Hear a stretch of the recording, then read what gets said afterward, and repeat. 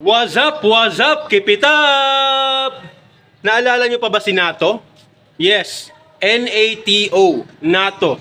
No action, talk only.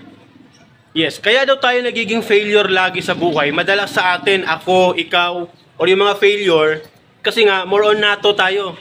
No action, talk only. Ibig sabihin, magaling lang tayo magsalita. Kaya ako failure, kaya ka failure, kasi magaling na daw tayo magsalita. So yan yung attitude na dapat nating baguhin. Kumbaga in short daw, kung gusto talaga nating makuha, marating, makamit yung mithiin natin sa buhay, huwag tayong puro talking. Dapat aksyonan natin. Gaano man yan kahirap daw, dapat umaksyon tayo. Ika nga sa kasabihan guys, talk does not cook a rice. Kumbaga yung salita, hindi yan nakakasayang ng bigas. So huwag tayong puro salita, magaling lang tayo sa salita, pero wala naman tayong gawa. Kung gusto talaga nating may mangyari sa buhay, dapat may gawin din tayo. Umaksyon tayo, mahirapan man tayo, mapagod man tayo, sumakit mang ulo natin, katawan natin.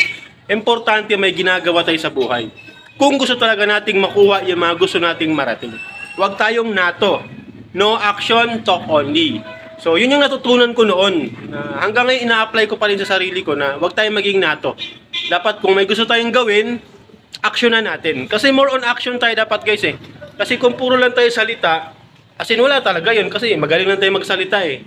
Pero pag actual na, pag ginagawa na, pag may negative na, pag may problema na, pag mabigat na, wala na, aatras na tayo. Pero sa salita, napakagaling natin. So wag tayong maging NATO. So baguhin natin yung ganong klaseng pag-uugali. Babaguhin ko rin, baguhin mo rin. Kasi ganun lang naman yun eh. Hindi pa tayo successful, hindi pa tayo mayaman, kaya wag tayong puro NATO.